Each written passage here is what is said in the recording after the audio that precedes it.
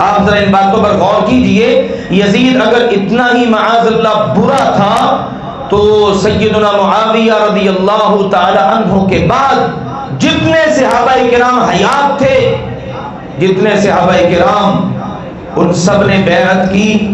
اگر یزید برا تھا تو صحابہ نے اس شرابی، زانی، بدکار کی بیعت کیوں کی؟ سنی مسلمان ذرا غور کریں اس بات پر. اتنی بڑی تعداد میں صحابہ بیعت کریں اور کبھی تاریخ کے اوراق کی برق گردانی کریں تو صحیح. آپ کو پتا ہے میزبان رسول جب اللہ کے رسول ہجرت کر کے مکہ سے مدینہ آئے، کون تھا آپ کا میزبان؟ کون تھا؟ ابو ایوب انصاری رضی اللہ تعالی عنہ.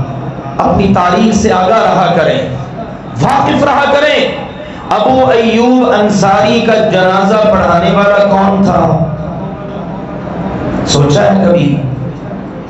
قسطنطنیہ کی فتح کے لیے جا رہا ہے لشکر، ابو ایوب انصاری میزبان رسول بھی ساتھ ہیں. کہا میں کہیں بھی فوت ہو جاؤں مجھے وہاں لے جا کر فصیل کے نیچے دفن کرنا تاکہ میرا جہادی سفر مکمل ہو جائے. فوت ہو گئے، وہاں لے جا کے اسی یزید بن معاویہ نے دفن کیا، جنازہ پڑھایا. صحابہ نے ان کی افتتاح میں میزبان رسول کا جنازہ پڑھا.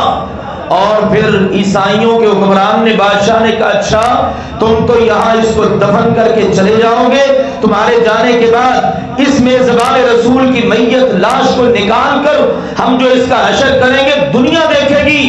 اس وقت یزید کا پیغام گونجا اور آج تک تاریخ کے اوراق میں محفوظ ہے.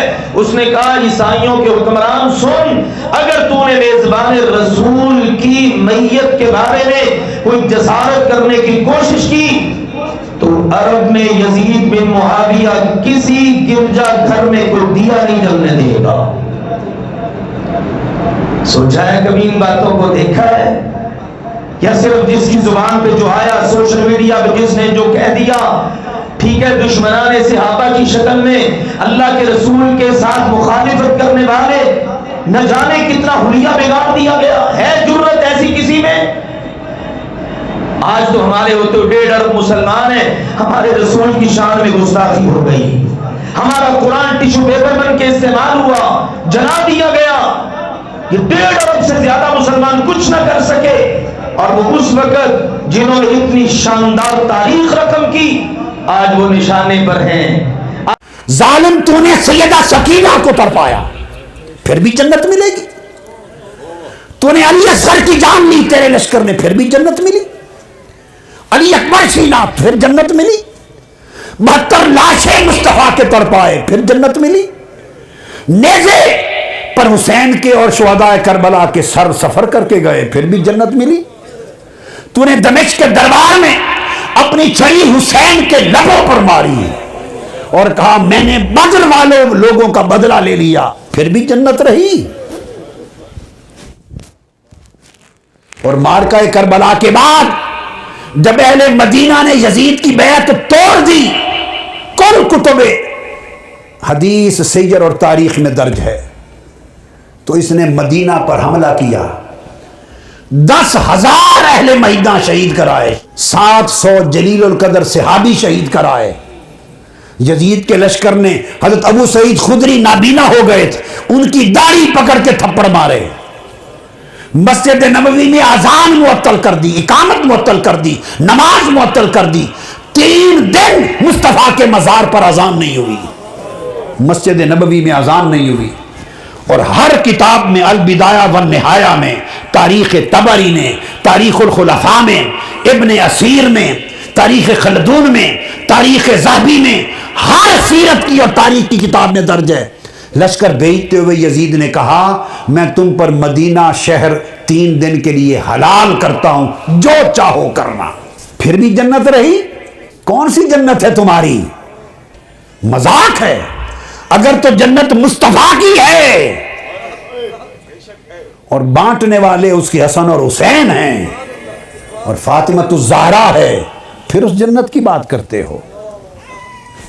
جس نے 3 دن روضہ رسول پر خچر باندھے، یزید کی فوج نے اونٹ باندھے، 3 دن حضور کی مسجد نبوی میں اذان نہ ہوئی، حضرت سعید بن مسیب رضی اللہ تعالیٰ عنہ دوڑ کے گھر نہ جا سکے، فوجی گھس آئے اندر، وہ ممبر کے نیچے چھپ گئے۔